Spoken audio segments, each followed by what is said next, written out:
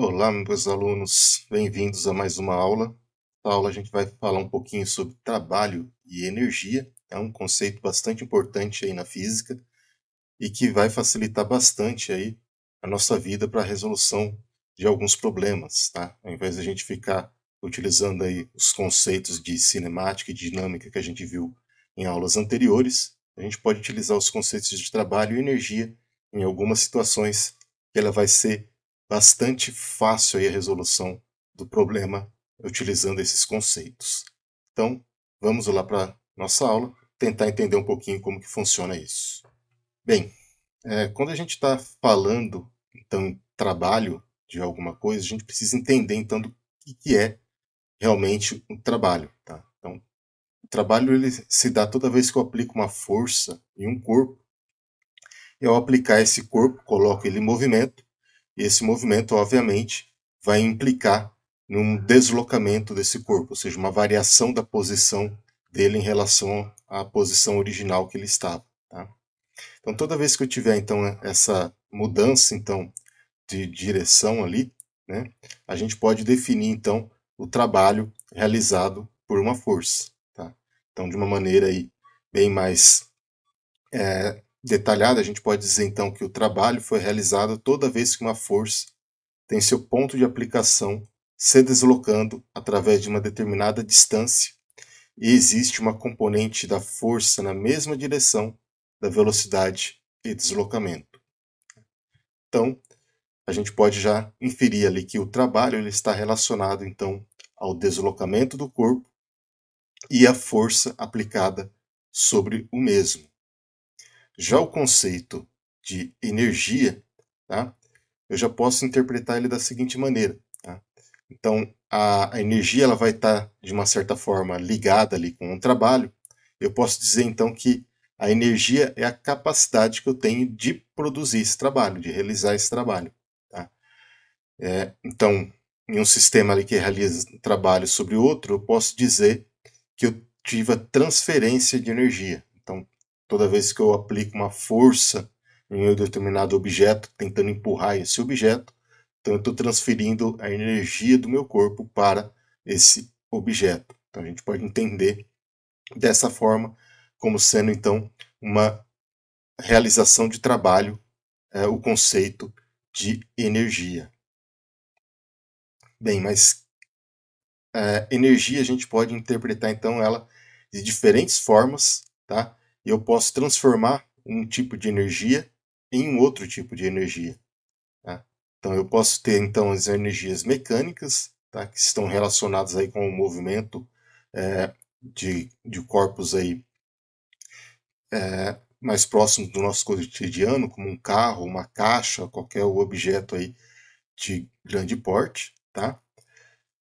Eu posso ter a energia térmica, tá? Ou parte dessa energia mecânica, ela pode ser transformada em energia térmica, que estaria associada aí ao calor, tá? Energia elétrica, que a gente pode utilizar aí bastante aí nos equipamentos eletrônicos que a gente tem aí em casa. Eu também posso ter a conversão de energia mecânica em energia elétrica, que é o princípio básico aí das hidrelétricas, né? Ou seja, eu tenho ali água se movimentando, ela passa então por meio de uma turbina ali e converte então essa energia mecânica em energia elétrica ali. De grosso modo eu posso interpretar dessa forma, tá? Mas é um processo aí de conversão de energia. Tá? Eu tenho também a energia química, geralmente é associada em transformações químicas ou queima de algum combustível, por exemplo. Tá? Eu posso, por exemplo, na queima de gasolina, tá? Provocar então um deslocamento aí do meu veículo, ou seja, eu converto a energia química em energia mecânica. Eu posso ter também o que a gente chama de energia radiante, que geralmente ela está associada ali com transições dos elétrons ali durante o seu movimento orbital ali no, no núcleo de um átomo. Tá? Eu tenho também a energia nuclear, tá? Que seria então a energia associada aí na fissão do núcleo do átomo, tá? Ou seja, a separação do seu núcleo, ou pelo menos de uma partícula do seu núcleo. E eu tenho também a energia sonora, tá? Associada aí geralmente à vibração das moléculas em um meio fluido, tá? Ou até mesmo meio sólido ali. Então, basicamente, seriam essas formas de energia que a gente tem. Elas podem estar relacionadas uma com a outra, ou na conversão de uma para outra. Isso daí é um conceito bastante importante para a gente. Toda essa energia, obviamente, elas podem então ser convertidas em movimento, ou seja, ela pode produzir trabalho, que é um conceito aí bastante interessante para a gente. Tá? Então, toda vez então, que eu tiver um movimento, por exemplo, no caso mais simples que a gente vai adotar aqui, em uma única dimensão, tá? Supondo que essa força ela é constante, tá?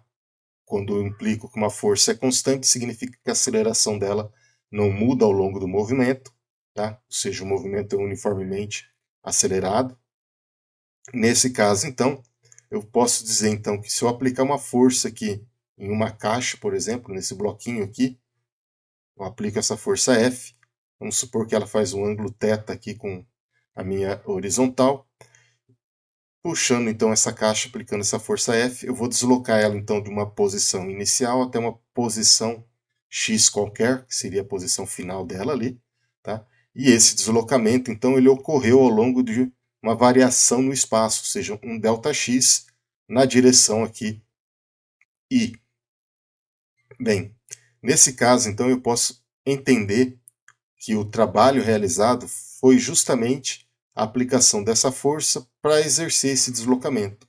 Então, o trabalho realizado por uma força F se movendo através de um deslocamento aqui ΔX, matematicamente ele pode ser expresso então da seguinte maneira: o trabalho, que a gente vai adotar aqui a variável T maiúscula, né, para representar o trabalho. Alguns livros aí utilizam um tal alternativo para representar o trabalho, mas aqui eu vou usar o T maiúsculo. Então, voltando aqui, matematicamente o trabalho pode ser escrito então como produto da força na direção do deslocamento. Tá? Então aqui eu tenho movimento em uma única dimensão, ou seja, ao longo de x, então vai ser a força Fx que multiplica ΔX. Tá? Bem, como a gente vê aqui, a força que eu apliquei, ela é uma força aqui na diagonal. Portanto, a força F, ela tem duas componentes. No entanto, a única componente que realizou trabalho realmente foi a componente Fx, porque a componente Fy aqui, ela vai ser igual a, então, né, melhor, a força Fy mais a normal, ela vai se igualar aqui à força peso, porque eu não tenho deslocamento aqui na vertical, meu deslocamento é só na horizontal. Tá? Então, a força aplicada, tá, na direção do deslocamento do corpo. Tá? Então, nesse caso aqui, por isso que a gente considerou somente a componente x. E se eu abrisse, então, essa componente fx aqui em função do módulo de f, ela seria escrita como sendo f cosseno θ vezes ΔX. Então, eu posso interpretar então que o trabalho ele vai ser então um trabalho realizado na direção do movimento, ou seja, na direção da aceleração ou na direção da velocidade que aquele corpo está se movimentando. Em resumo, então, a gente pode definir que o trabalho vai ser uma grandeza escalar, tá? E por ser escalar, ela vai ter o seu sentido, né, o seu sinal, ela vai depender então do sentido da força ou do deslocamento do corpo, tá? Então isso que vai definir então o sinal para o meu trabalho. Além disso, eu posso dizer a respeito da unidade ali do trabalho, tá? Uma vez que eu tenho a força é dada em newtons e o deslocamento é dado em metros no sistema internacional, eu tenho então que a unidade que eu vou ter ali para o trabalho vai ser newton vezes metro. Tá? Mas, para simplificar aí a nossa vida, a gente tem então essa conjunção de duas unidades aqui, a gente denomina uma única unidade para o trabalho, que é o Joule, tá? Ou representado aqui por J maiúsculo. Tá? Então, no Sistema Internacional de Unidade, o Joule também é a unidade ali para o trabalho. Tá? E por fim, a gente pode ainda extrapolar ali o conceito da segunda lei de Newton, tá? Que diz para a gente ali que a força resultante vai ser a somatória de todas as forças no corpo. Então, se eu tiver várias forças atuando no meu corpo ali em diferentes situações, em diferentes direções, tá? Eu posso então implicar que o trabalho total realizado no corpo vai ser a somatória então do trabalho realizado, né, por cada força em cada posição que ela aplicou o movimento. Tá? Então, a somatória total, o trabalho total vai ser a somatória de todos os trabalhos realizados ao longo do meu corpo. Tá? Então, esses três conceitos aqui, basicamente, aí eles são a base ali para a gente entender o conceito de trabalho ali, assim como suas unidades e tudo mais. Bem, no entanto, como a gente falou anteriormente, a gente interpreta então o trabalho, né, e a relação dele com a energia como sendo que a energia é a capacidade então de eu realizar trabalho. Por isso então a gente leva ao conceito que a gente chama de teorema de trabalho e energia cinética. Isso porque essa energia tem esse nome de cinética porque ela está associada ao movimento do corpo. Então, o trabalho realizado ali por um corpo sobre uma partícula ela vai se relacionar, nesse caso aí, com a sua velocidade. Tá? E o conceito de velocidade, como a gente já implicou ali, está implicado ali a cinética. Bem, o conceito então de força constante aí nesse sistema, tá? Implica que eu vou ter uma aceleração também constante, como a gente já falou em slides anteriores. Então, as velocidades finais iniciais, ela pode ser descrita ali utilizando uma relação de cinemática, que é a equação de Torricelli. Então, a velocidade final ao quadrado é igual à inicial ao quadrado, mais 2 vezes a aceleração pela variação da posição do corpo. Veja que já nessa equação aqui, eu já tenho como relacionar dois conceitos relacionados tanto ao trabalho quanto a uma força constante. Tá?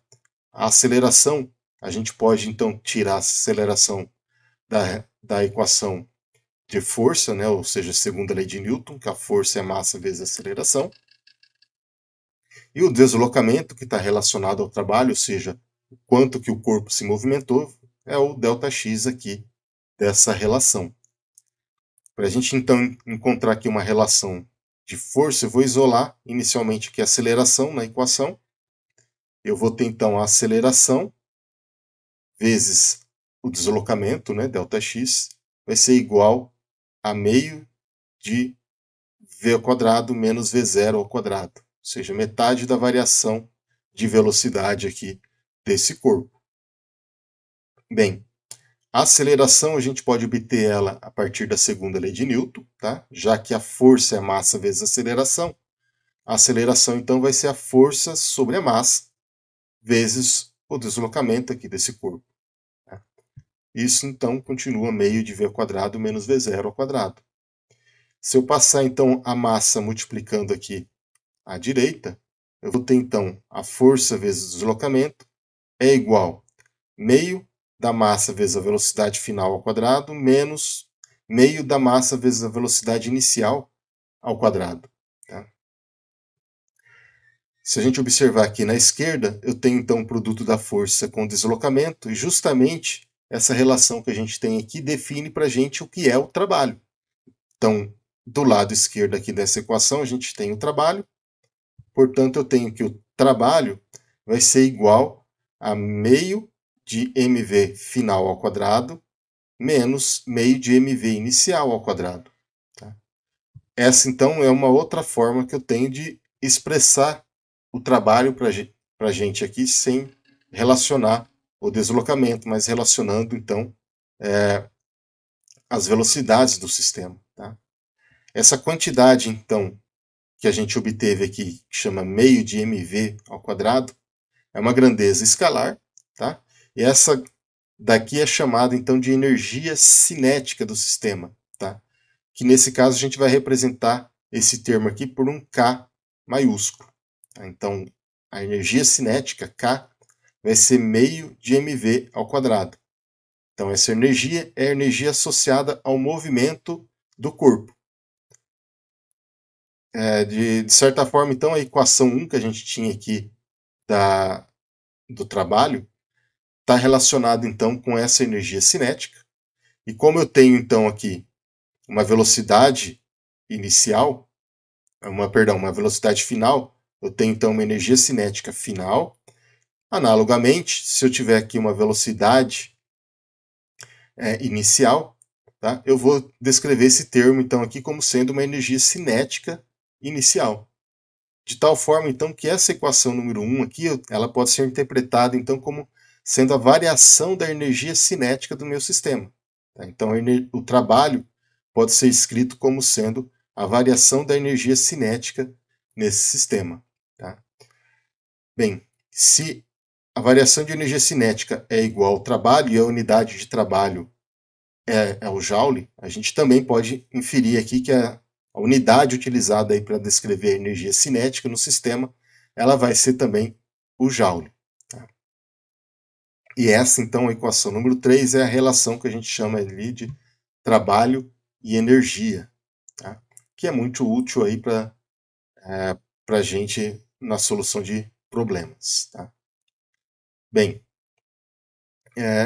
até agora, então, a gente tinha atribuído aí que a força que eu estava aplicando no meu sistema era uma força constante. Tá? Mas no sistema real, aí, no mundo real, muitas vezes a gente vai ter forças que elas não vão ser constantes, elas vão ser forças variáveis, vão ser forças que vão mudar à medida que a posição do corpo ali muda. Tá? Então, quando você faz, por exemplo, uma viagem de carro, dificilmente você vai conseguir manter uma velocidade constante. Tá? Vai ter trechos, então, que você vai trafegar com uma velocidade maior, uma velocidade menor, e durante esse intervalo ali você vai ter que mudar a aceleração do sistema para mudar essa velocidade em determinados tempos.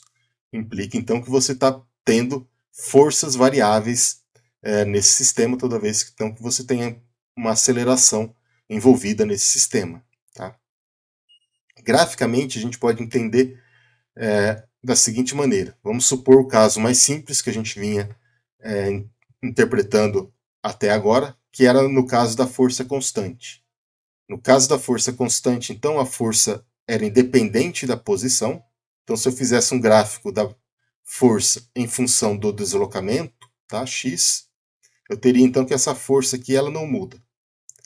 Graficamente, então, se eu mudasse aqui de uma posição x1 a x2 aplicando essa força, o trabalho então realizado ali, que seria F delta x, ele poderia ser interpretado então como sendo a área embaixo aqui dessa linha aqui da força, dentro desse intervalo aqui x1 e x2. No entanto, se essa força então ela varia em função da posição, eu não posso supor então essa condição graficamente que a gente supôs anteriormente. E eu tenho vários exemplos ali onde essa força aí ela vai depender da posição. Um exemplo clássico disso é, por exemplo, a força que é exercida por uma mola ou por um elástico, que são o mesmo tipo de força ali, tá? Ou seja, se eu pegar uma mola e esticar essa mola, a gente vai observar então que à medida que eu vou aumentando a elongação dessa mola, eu vou tendo mais dificuldade, ou seja, eu preciso aplicar uma força cada vez maior à medida então que eu estou esticando essa mola. Então esse é um caso, por exemplo, que eu tenho que a força aplicada no meu sistema ela é variável de acordo com o comprimento da mola, ou com o deslocamento que eu estou fazendo dessa mola. A mesma coisa, por exemplo, seria para um elástico, tá? Então, à medida que eu vou esticando um elástico aí cada vez mais, a gente vê que a força que eu preciso aplicar, ela vai aumentando gradativamente, tá? Então, eu posso dizer que ela é proporcional à deformação ou à distância exercida ali nesses tipos de sistema. Um outro exemplo também é a força gravitacional da Terra, tá?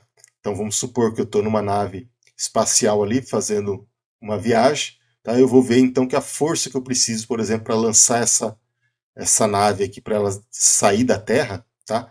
Ela é uma força X, tá? À medida então que ela vai se afastando da Terra, né? Vai ficando mais distante, ela vai ficando como x sobre 2, x sobre 3, x sobre 4, ou seja, a força vai diminuindo à medida que a distância que eu estou da Terra vai aumentando. Tá? Nesse caso, então, a força gravitacional também é uma força que ela pode depender ali da distância em relação à Terra. Tá? Por exemplo, aí no caso da nossa nave espacial.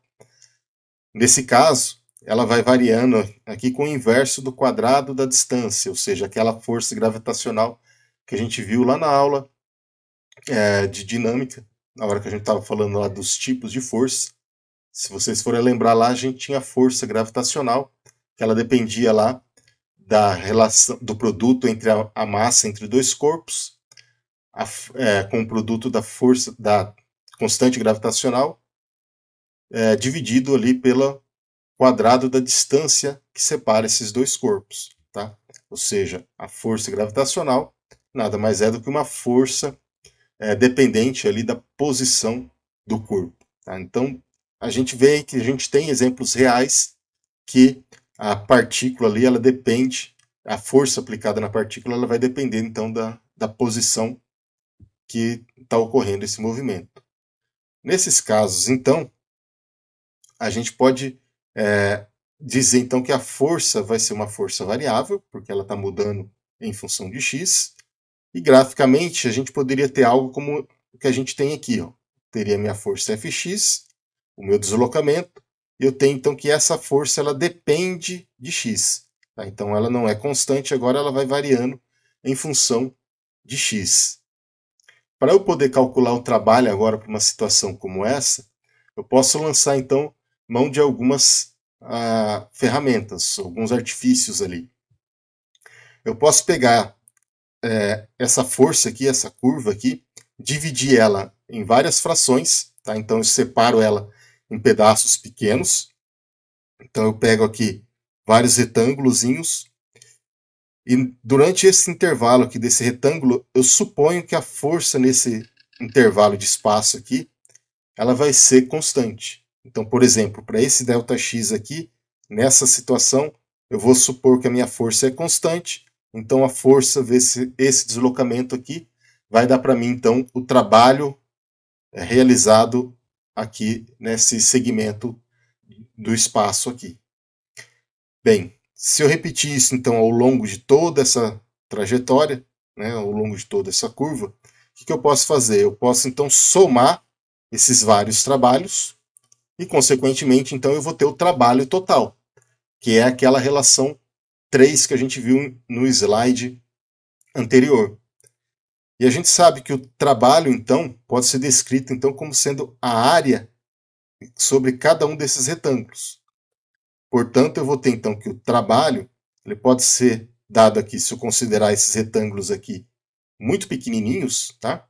Como sendo então o limite da somatória do produto da força pelo deslocamento, quando esse deslocamento aqui ele tende a zero, tá? Ou seja, quando esse retângulo aqui ele é bem pequenininho, infinitesimal. Ou seja, o que eu estou fazendo aqui nada mais é do que um processo de integração dessa função, né, dessa curva aqui para obter essa área. Portanto, então, esse limite de f de x ao longo de x ali, quando ΔX tende a zero, eu posso escrever então como sendo trabalho igual à integral de f dx dx de um x inicial x1 até um ponto final aqui x2. Tá? Ou seja, O trabalho de uma força variável ele pode ser descrito então como integral da força dx. Essa então é a nossa equação número 4 aí que define para a gente o trabalho. Veja que essa equação número 4 aqui, na verdade, é uma solução mais geral para o trabalho. Eu posso ter que essa equação número 4 aqui, tá? Ela também valida a equação número 3 que a gente tinha ali para o trabalho. Tá? Se eu tiver aqui uma força constante aqui ao longo desse deslocamento, ou seja, a força não depender de x, essa força então ela vai sair fora da integral, a integral de x é o próprio dx, portanto vai ser então que o trabalho vai ser dado por f delta x, tá? Ou seja, é a relação da equação número 3 que a gente tinha ali. Portanto, a equação número 4 aqui é a forma mais geral de eu definir o trabalho ali sendo aplicado em um corpo. Bem, se eu tiver então que a minha força e ela não está aplicada somente numa direção, como a gente vinha supondo, ela estava aplicada somente ao longo de x, mas ela está aplicada ali ao longo do espaço tridimensional, um vetor S, por exemplo, tá? Então eu posso relacionar então essa força aqui com um ângulo θ, dependendo da direção que ela estiver sendo aplicada, tá? Então F vai depender aqui de ds. Nesse caso, então a força que eu estou aplicando ali no espaço, ela vai ser F cosseno de θ. Portanto, eu posso escrever então o trabalho da seguinte maneira. Se eu for escrever ele tridimensional, eu teria então que o trabalho seria F ds, tá? E como a gente viu ali, Fs eu posso escrever ele como F cosseno θ ds, ou então eu posso escrever ele então como sendo a integral da minha força F, produto escalar ds, variando então da posição inicial S1 até uma posição final S2. Tá? Então a equação número 5 aqui seria a forma que a gente teria de como escrever vetorialmente ali o trabalho. Tá? E como a gente definiu que o trabalho vai ser um escalar, então o produto que eu tenho aqui dentro do integrando vai ser um produto escalar. Tá? Então se atente a isso, porque toda vez que a gente for escrever a força vetorialmente, tá? Eu tenho que ter então aqui que o produto vai ser um produto escalar. Tá? Bem, mas toda vez que eu realizo o trabalho de um corpo, eu posso realizar esse mesmo trabalho, só que em intervalo de tempo diferente. Isso remete para a gente a uma grandeza que a gente chama de potência. Tá? A potência, então, que aqui a gente vai definir com uma letra P maiúscula, então a potência fornecida em um sistema através de uma força é igual à taxa temporal com que essa força realiza esse trabalho. Tá? Ou seja, dependendo de quão rápido é esse trabalho realizado, tá? Eu vou definir então o conceito de potência. Matematicamente, então, como eu posso interpretar isso daqui? Bem, para eu realizar um trabalho mais rápido, ou seja, deslocar um corpo mais rápido, eu preciso então movimentar esse corpo com uma velocidade maior ou menor, dependendo então dessa situação. Então, eu posso definir então que o movimento da partícula está associado a essa velocidade, o tempo com que eu realizo o trabalho vai estar relacionado com essa velocidade, e esse intervalo de tempo então vai realizado esse trabalho vai definir então para a gente a potência. O trabalho, então, como a gente viu, vai ser integral de F ds. Se eu derivar, então, ambos os lados dessa nossa equação aqui, eu vou ter, então, dt, então a derivada do trabalho aqui. A derivada dessa integral aqui é a própria integrando, então, F ds. E nesse caso aqui, a gente tem, então, que o espaço é o que relaciona a velocidade. Portanto, é o espaço que vai ter alguma relação com o tempo para a gente encontrar aqui quanto vale matematicamente essa potência. Então, o deslocamento ds ali da partícula ele está relacionado com a velocidade. A definição de velocidade, a gente sabe que é a derivada do espaço em relação ao tempo, ou seja, ds dt. O que implica, então, para a gente que o ds, ou seja, o espaço, vai ser o produto, né, da velocidade pela derivada do tempo ali, tá? v dt. Eu posso, então, substituir essa relação aqui de v dt nessa equação diferencial que eu tenho aqui. E eu chego, então, que dt, né, ou seja, a derivada do trabalho, é igual a f escalar v dt, ou seja, o espaço aqui que eu estou exprimindo agora em função da velocidade e do tempo. A potência, então, da partícula, que é a taxa de variação do trabalho em função do tempo, pode ser exprimida da seguinte maneira. Eu passo dt dividindo, eu tenho, então, que a potência é a taxa de variação do trabalho em função do tempo, ou seja, derivada do tempo em relação, perdão, a derivada do trabalho em relação ao tempo, tá? Ou então é o produto escalar da força com a velocidade, tá? Então, essa daqui é a forma matemática que eu tenho para exprimir a potência, tá? É a relação, então, de quão rápido é realizado esse trabalho, tá? Então, eu posso realizar o trabalho de uma forma mais lenta ou de uma forma mais rápida, mas dependendo de como eu realizo esse trabalho, eu vou ter, então, uma diferença dessa potência aqui realizada no trabalho.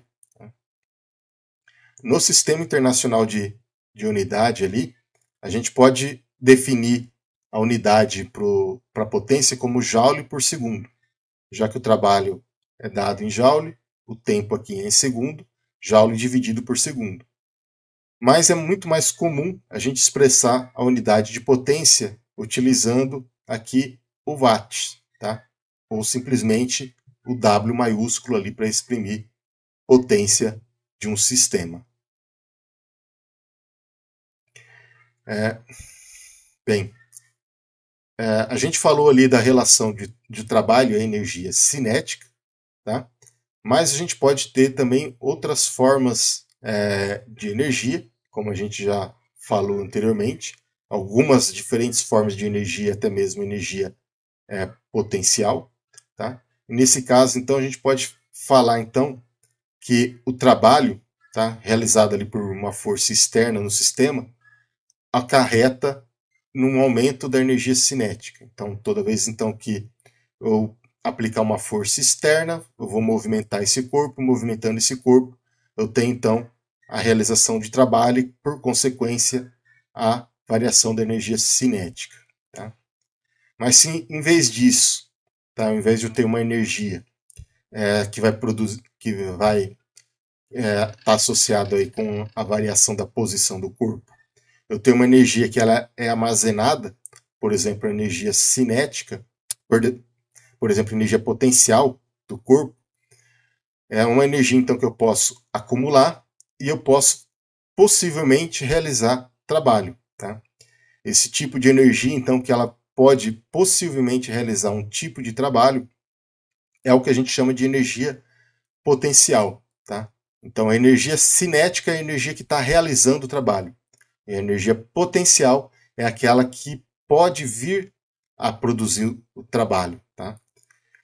Dessa forma, então, eu posso descrever diferentes tipos de energia potencial, aquelas que vão realizar trabalho. Por exemplo, eu posso ter aqui uma pessoa praticando halterofilismo, ela vai levantar aqui esse peso, então durante esse levantamento do halter aqui, tá? Da posição inicial até acima da cabeça dele, ele vai colocar o peso em movimento, então durante essa trajetória ele está realizando o trabalho e, consequentemente, está sofrendo variação de energia cinética.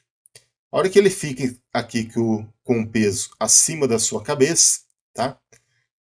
Obviamente o halter aqui ele está parado, portanto ele não está realizando o trabalho, mas assim que ele soltar esse peso aqui, esse peso vai retornar ao solo e, consequentemente, ele vai sofrer um deslocamento e vai produzir trabalho. Ou seja, ele tem potencial para realizar trabalho quando o peso estiver nessa altura. Tá? esse potencial de realizar trabalho é o que a gente chama de energia potencial. Nesse caso, como a força que vai estar envolvida no deslocamento desse corpo vai ser a força gravitacional, a gente chama então dessa energia potencial de energia potencial gravitacional. Um outro exemplo que a gente pode dar é justamente aqui de um bloquinho preso a uma mola, tá? Eu estico então esse meu bloquinho aqui. Ao esticar esse bloquinho e soltar ele, a gente vai ver que esse bloquinho ele tende então a voltar à sua posição original. Então, eu apliquei uma força durante então o deslocamento desse bloquinho até eu parar de esticar ele. Eu estava exercendo então um trabalho, consequentemente eu converti energia cinética, variação de energia cinética, parei de esticar ele. Enquanto eu estiver segurando ele ali, eu tenho energia potencial acumulada, tá? E a hora que eu solto nele, ele novamente então volta a ser comprimido, né? Volta à sua posição original, portanto ele vai realizar trabalho. Eu posso dizer então que esse tipo de energia é uma energia de potencial elástica, tá? Porque está associado aqui à elasticidade dessa mola aqui. Tá? Bem, então, basicamente, no caso mecânico aqui, a gente pode citar esses dois exemplos aqui de energia potencial gravitacional e a energia potencial elástica. E como a gente pode ver, esses dois tipos de energia aqui, elas podem vir realizar trabalho e podem ser convertidas de energia potencial para energia cinética, relacionadas então ao movimento do corpo. Nesse caso, então, a gente pode definir então que essa situação ela pode ocorrer quando ter, por exemplo, uma força atuando nesse sistema, que é uma força que eu chamo de força do tipo conservativa, que eu posso interpretar como sendo uma força conservativa. Vamos supor, então, um sistema onde eu estou aplicando aqui uma força e eu tenho um corpo que ele está se deslocando por uma trajetória aleatória. Então, esse é o ponto inicial, ponto 1, e o ponto final que o corpo vai chegar, que é o ponto 2. Eu posso chegar do ponto 1 para o ponto 2 por diferentes caminhos. Tá? Eu posso, por exemplo, executar ele por essa trajetória A aqui. Ou posso voltar do corpo da posição 2 para a posição 1 através de uma trajetória B. Toda vez que eu tiver uma força que eu digo que ela é conservativa, essa trajetória com que eu vou realizar esse movimento vai produzir um trabalho, e esse trabalho, então, nesse caso, ele vai ser independente da trajetória com que eu realizei esse sistema. Tá? Então, eu vou dizer que uma força é conservativa se o trabalho total que ela realiza sobre uma trajetória fechada, tá? Ou seja, eu vou e volto para o mesmo ponto de origem, tá? Então, eu posso dizer então que nesse caso aqui, o trabalho total que é realizado sobre essa partícula ele é nulo, tá? E a partícula se move então numa trajetória fechada qualquer, retomando a sua posição inicial. Então, independente do caminho que eu adotar aqui, tá? Desde que eu volte novamente à posição original, ou seja, a trajetória seja uma trajetória fechada, eu posso dizer então que estou tendo uma força conservativa, e nesse caso o trabalho ele independe do caminho ou da trajetória que eu escolhi para ir do ponto 1 para o ponto 2 e voltar do ponto 2 para o ponto 1. Tá? Isso então pode dizer que o trabalho realizado na força conservativa sobre uma partícula é independente da trajetória percorrida quando a partícula se move de um ponto a outro. Então, o conceito de força conservativa é mais ou menos esse. É claro, a gente tem situações aí no mundo real que as forças são não conservativas, ou seja, eu tenho forças aplicadas aí no meu sistema que vai fazer com que essa situação não seja real ou não é a condição ideal, mas a gente vai tratar isso daqui mais à frente aqui nessa aula. Então, inicialmente aqui, tratando de uma força do tipo conservativa, tá? As funções de energia potencial, então, pode ser calculada supondo a seguinte situação, tá? Já que o trabalho não depende da trajetória, pelo menos para as forças que a gente está assumindo aqui como conservativa, tá? Basicamente, então, o trabalho ele vai depender dos dois pontos, inicial mais o final. Então, ele vai depender simplesmente do ponto 1 ao ponto 2, independente do caminho que eu escolho para ir e voltar, tá? Então, a gente utiliza então, essa propriedade justamente para definir o que a gente chama ali de energia potencial, tá? Que vai estar associado então a essas forças que são as forças conservativas. Então o trabalho ele vai ser dado então pela integral da força F escalar ds, tá? E ele vai ser igual então à variação da energia potencial desse sistema, menos a variação da energia potencial desse sistema. Que é, por exemplo, tá? O caso ali do levantamento de peso. Então, voltando aqui. Então, nesse caso aqui, o meu peso estava aqui no chão, eu levanto ele até a altura acima da minha cabeça. Se eu abandonar esse peso, ele vai voltar aqui ao chão, ou seja, ele tem uma trajetória fechada. Nesse caso, então, como eu não tenho nenhum tipo de outra força aplicada aqui, ou seja, eu posso inferir que esse sistema tem uma força do tipo conservativa, portanto, eu vou ter uma trajetória fechada, eu posso então definir aqui que o trabalho realizado aqui vai ser igual a menos a energia potencial. Por que menos a energia potencial? Porque eu tive que aplicar um trabalho em uma determinada direção, tá? E para retornar na direção contrária ali, a energia potencial, obviamente, vai ter que ser contrária ao sentido que eu adotei ali para a realização do trabalho. Portanto, então, ela vai ser menos a variação da energia potencial nesse caso. Então, a relação que eu tenho entre trabalho e energia potencial é dada aqui pela nossa equação número 7. Eu posso entender, então, como a variação da energia potencial como sendo a energia potencial no ponto 2 menos a energia potencial no ponto 1. Tá? Ou seja, o ponto 2 vai ser o final do meu percurso, o ponto 1 o início. Isso daqui, então, vai ser menos a integral da força escalar ds da ponto de partida até o ponto final ali da trajetória. Tá? Nesse caso, então, se o deslocamento for um deslocamento aí infinitesimal, eu vou, então, derivar os dois lados aqui da minha relação. Então, eu vou ter integral de derivada de du, menos a derivada dessa integral, é o próprio integrando, então vai ser menos o produto escalar da força com ds. Tá?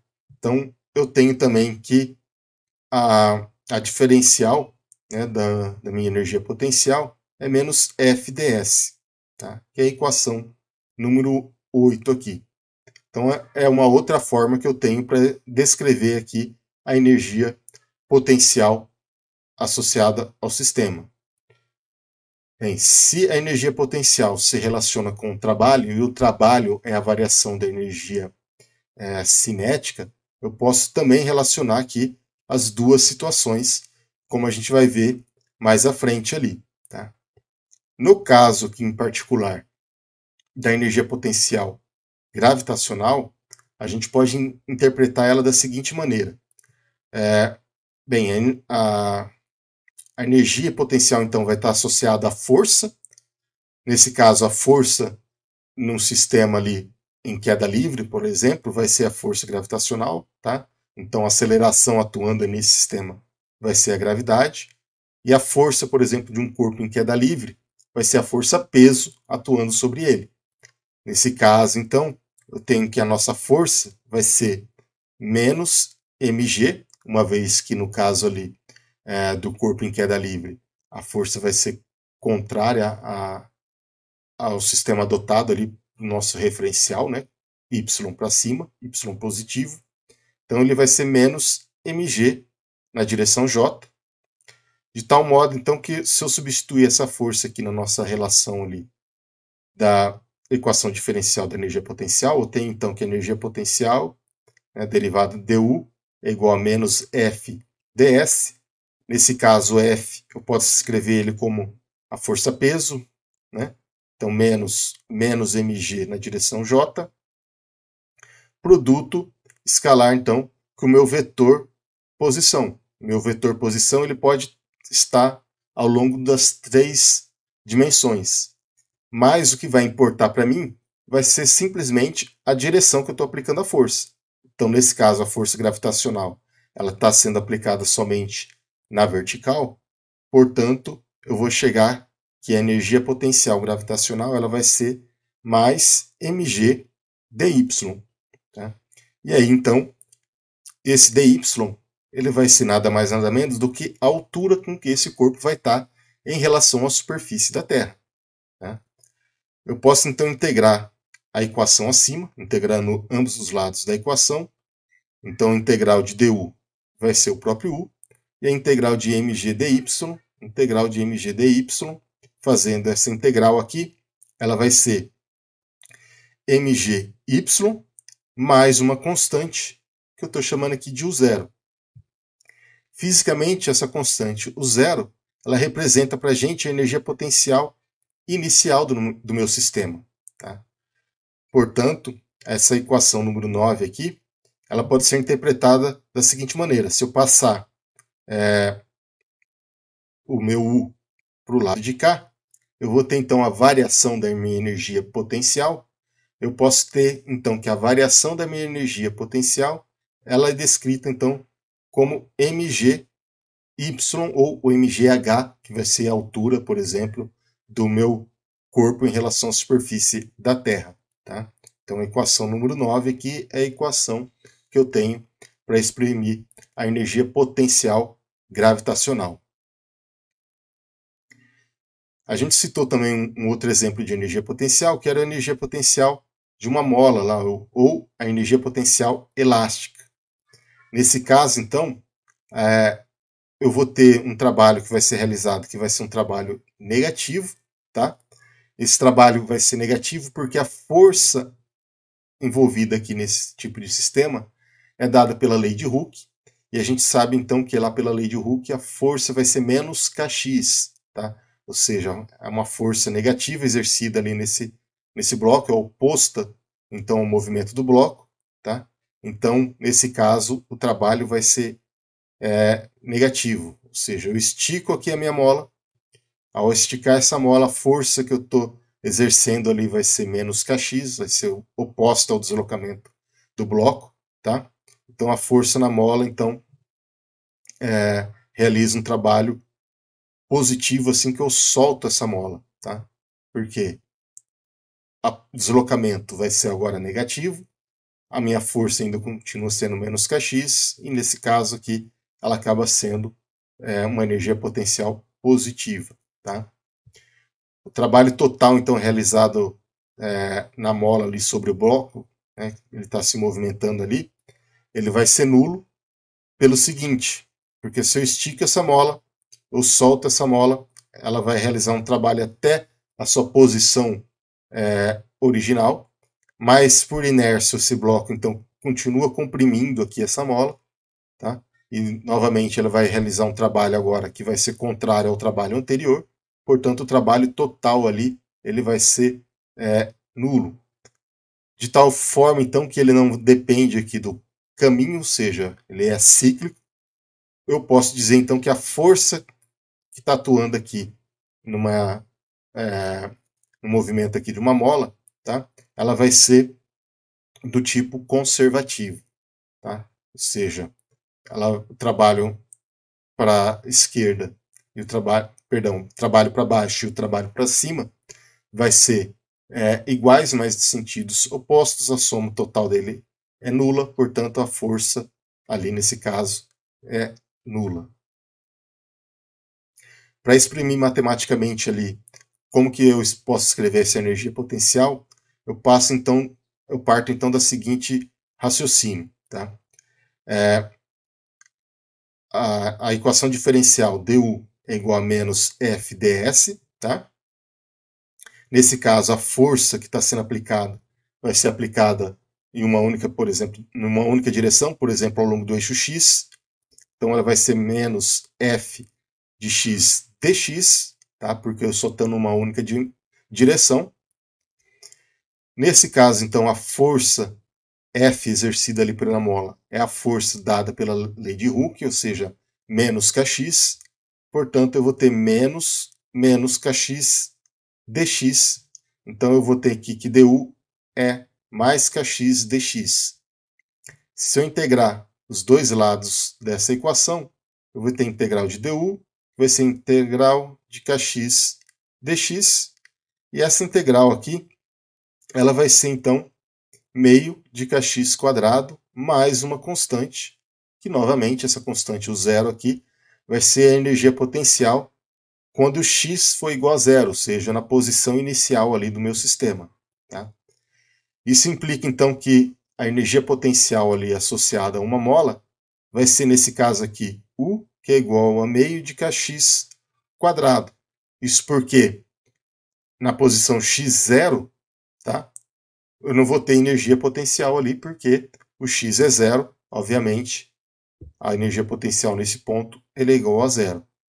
Portanto, eu tenho aqui que a equação número 10 aqui exprime para a gente a energia potencial elástica relacionada a uma mola ou qualquer outro corpo, tá? Ou qualquer outro sistema, né, melhor dizendo, que tenha um comportamento similar ao de uma mola.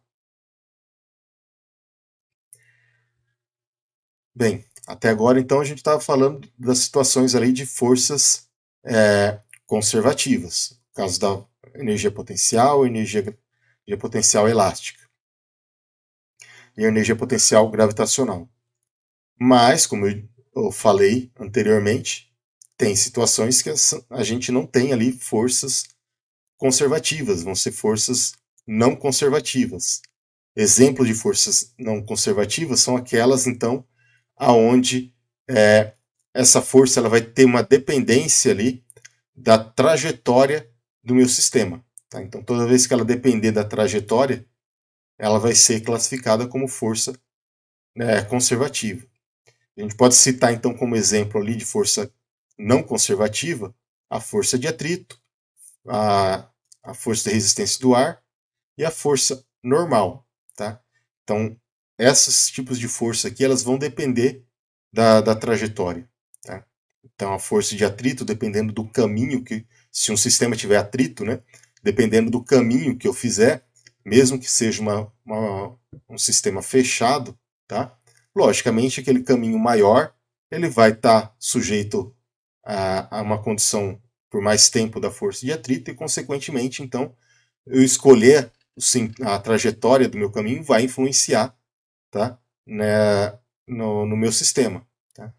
Obviamente, então, por isso que eu não classifico ele como sendo do tipo conservativa. Um outro conceito importante para a gente ali são a energia potencial, a relação, né, entre energia potencial e equilíbrio. Tá? Bem, se a força, né, for conservativa, né, por exemplo, em uma única dimensão ali, eu posso então descrever de uma relação que a gente já está acostumado aí com ela, du é menos f ds, se ela tiver em uma única dimensão, eu posso escrever isso daqui escalarmente, então vai ser menos f de x e dx. Se eu quiser calcular, então, a força em função dessa energia potencial, eu posso, então, isolar a força aqui nessa equação. Eu vou ter, então, que a minha força f de x ela vai valer menos du dx. Então, eu posso escrever também de uma forma da equação diferencial da força, como sendo, então, a derivada da energia potencial em função da posição dessa força. Tá? Então, essa relação número 12 também é uma outra forma de eu escrever a segunda lei de Newton ali, tá? Em função agora da energia potencial. E o que isso daí pode implicar para a gente quando a gente está falando de uma relação de equilíbrio.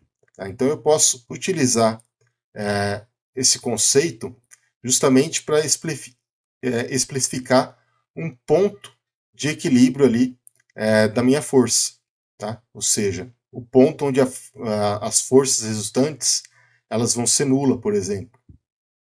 Nesse caso, então, eu tenho ali com a nossa relação f de x menos du dx.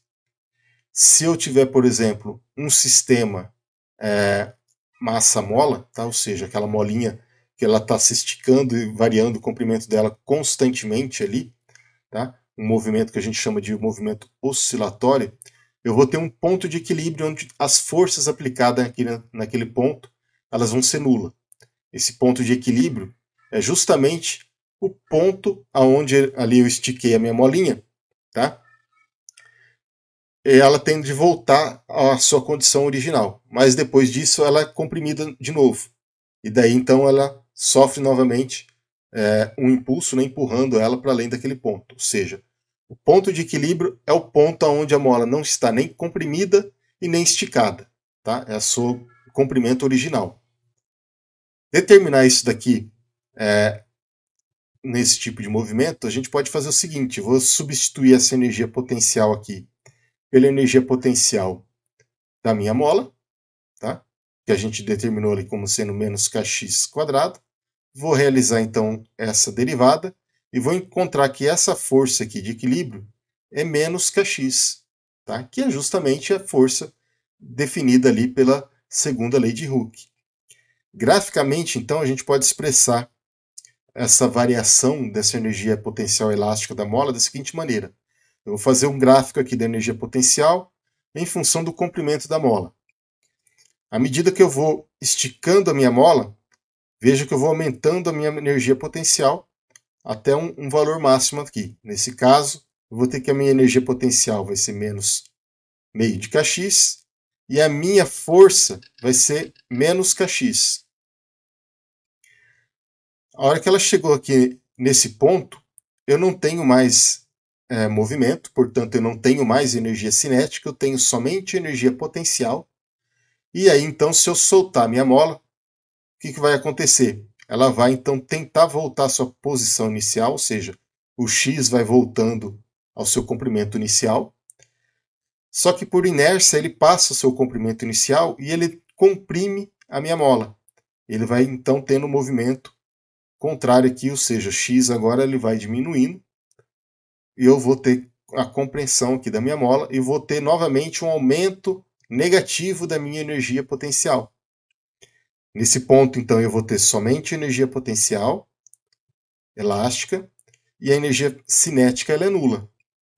E, novamente, a hora que ela comprimir o máximo possível, ele tende a voltar à sua condição inicial. Então, à medida então, que ela vai voltando à sua condição inicial, eu vou tendo a transformação da sua energia potencial em energia cinética, até que ele volta ao seu comprimento original. Nesse caso, eu não tenho mais energia potencial, eu tenho só energia cinética, que nesse ponto aqui da nossa curva, ela vai ser máximo. Portanto, quando estou falando aqui de ponto de equilíbrio, tá? O ponto de equilíbrio do meu sistema é onde eu tenho energia potencial nula, tá? E as energias potenciais elas vão ser máximas nos extremos aqui da compressão ou do estiramento ali da minha mola. Então a gente pode dizer aqui que, nesse caso, uma partícula está em equilíbrio estático se a força resultante atuante sobre ela for nula, tá? Que é justamente ali no ponto de equilíbrio de x igual a zero ali no gráfico anterior. Bem, então a gente falou já inclusive dessa conversão aí de energia potencial em energia cinética, tá?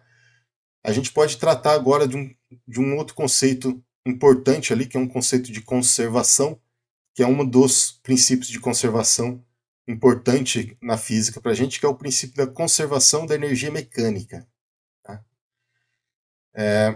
Esse princípio de conservação de energia mecânica, então, ele remete para a gente que uma energia ela pode ser convertida de uma forma para outra.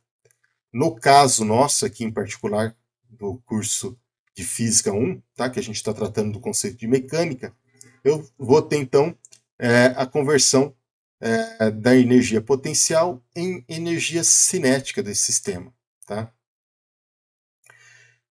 Mas, como a gente falou, dependendo do tipo de força que estiver atuando nesse sistema, se é uma força conservativa ou uma força não conservativa, eu posso ter outras formas de energia associada nesse princípio de conservação.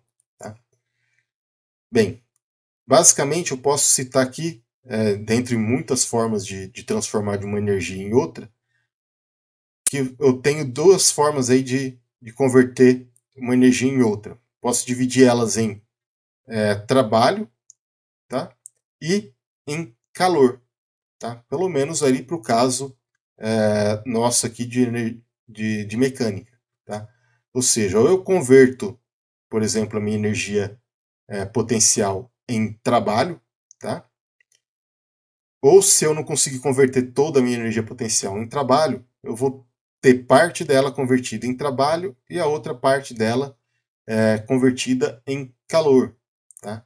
Então, basicamente, para o nosso curso de mecânica, a gente vai estar falando aí dessas duas formas de transformação de energia, tá? De tal maneira, então, que a energia total do meu sistema, nesse caso, vai ser, então, todas as energias que eu consegui transformar de uma para outra, ou de realizar trabalho, mais a energia que foi realizada por uma força externa do sistema, tá? Mais uma energia que eu transferi de uma forma para outra, para o ambiente vizinho, por exemplo, o calor, que eu transformei, então, ela e joguei esse calor para as vizinhanças ali do meu sistema. Tá? Então, se eu quiser saber a energia total do meu sistema, eu vou ter que somar, então, essa energia, basicamente. A energia que eu produzi, trabalho, e a energia que ela dissipou de alguma forma desse sistema, por exemplo, de calor. Tá? Então, quando eu falo de conservação ali de energia mecânica, eu vou levar, então, em consideração um sistema de partícula ali, onde eu tenho a mudança, então, da energia cinética desse sistema, produzindo o trabalho. Então, o trabalho total que eu vou ter aqui no meu sistema, ele vai ser a somatória das energias cinéticas, ou melhor dizendo, a somatória das variações de energia cinética interna no meu sistema. Ou então, a variação total da energia cinética desse sistema. Que é um conceito que a gente já abordou anteriormente, mas só recapitulando aqui. Para a gente chegar ao ponto que nos interessa, que é essa conservação de energia. Bem, a gente sabe então que se eu tiver uma força interna ali, tá, que ela pode ser conservativa ou não conservativa.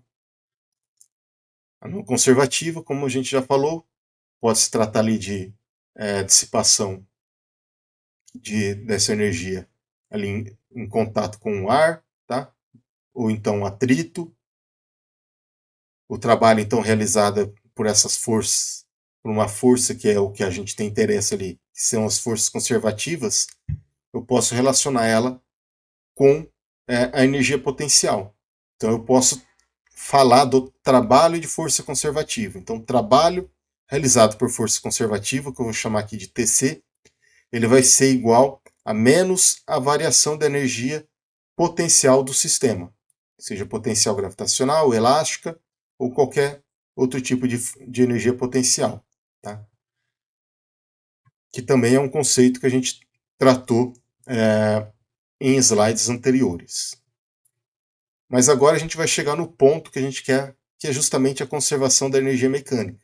Tá? Então, o trabalho total realizado no sistema ele vai ser a soma do trabalho de todas as forças externas, mais o trabalho de todas as forças conservativas internas. Tá?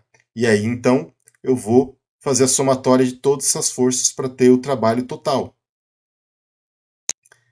O trabalho total, então, ele vai levar em consideração o trabalho realizado por forças externas, mais o trabalho realizado por forças não conservativas, mais o trabalho realizado pelas forças conservativas. Tá? Nesse caso, então, se eu passar o trabalho das forças não conservativas por lá de lá, eu vou ter então trabalho externo mais o trabalho realizado por forças não conservativas vai ser igual ao trabalho total menos o trabalho da força conservativa. Tá? A partir dessa relação, então, eu posso descrever a relação de trabalho em função das energias associadas em cada um desses sistemas. Então, aqui, o trabalho externo mais o trabalho das forças não conservativas era o trabalho total menos as forças conservativas. Eu posso substituir, então, esses trabalhos aqui pelas energias. Então, o trabalho total, a gente sabe que eu posso relacionar ele com uma variação da energia cinética do sistema, e o trabalho realizado por uma força conservativa com o trabalho realizado ali, né, pela energia cinética desse sistema. De tal maneira, então, que a soma da energia cinética com a energia potencial do sistema, ele pode exprimir para mim o que a gente chama de energia mecânica total. Então, a energia mecânica total vai ser a somatória da energia cinética mais a energia potencial. Ou melhor dizendo, a energia mecânica é igual à somatória da variação da energia cinética mais a variação da energia potencial. Como se trata de uma variação, tá? Ela independe aqui do sinal, a variação eu posso escrever ela independente disso, portanto, eu chego aqui que essa relação que eu tenho aqui, ou seja, as forças, o trabalho realizado total do meu sistema pode estar relacionado também com a minha energia mecânica total do sistema, que vai ser a variação da energia cinética mais a variação da energia potencial. Essa equação número 13 aqui é a primeira relação que a gente tem das relações de conservação em física, tá? E ela é um conceito aqui bastante importante para a gente, bastante útil para a resolução dos problemas. E veja por que eu posso interpretar isso daí como algo importante para a gente. Se a energia mecânica ela é constante, ou seja, ela se conserva ao longo do movimento, ou seja, o transforma energia cinética em energia potencial, tá? Eu posso então dizer que se ela é uma constante, tá? E ela não muda em função do tempo, eu posso dizer então que a energia inicial do meu sistema ela vai ser igual à energia final do meu sistema, tá? Então a energia mecânica inicial é igual à energia mecânica final, portanto eu tenho aqui que a energia cinética final mais a energia potencial final vai ter que ser igual à energia cinética inicial mais a energia cinética, perdão, mais a energia potencial inicial. E aí então, através dessa relação 14 aqui, tá, eu posso então, sabendo ou uma ou outra forma de energia, sabendo que elas vão ser convertidas totalmente uma em outra, eu posso então calcular alguma variável do meu sistema. Por exemplo, a energia cinética, a gente sabe que ela se relaciona com o quadrado da velocidade. Tá? Então, por exemplo, se eu conheço aqui a relação de energia potencial final do meu sistema, eu posso calcular quanto que seria a velocidade desse sistema. Tá? Então, eu tenho aqui na equação 14 uma ferramenta bastante poderosa para a gente poder trabalhar com a resolução de problemas ali de física, tá? Sem ter que passar por conceitos de dinâmica ou de cinemática que a gente viu anteriormente, ou para complementar, obviamente, essas ferramentas que a gente viu anteriormente. Tá bom?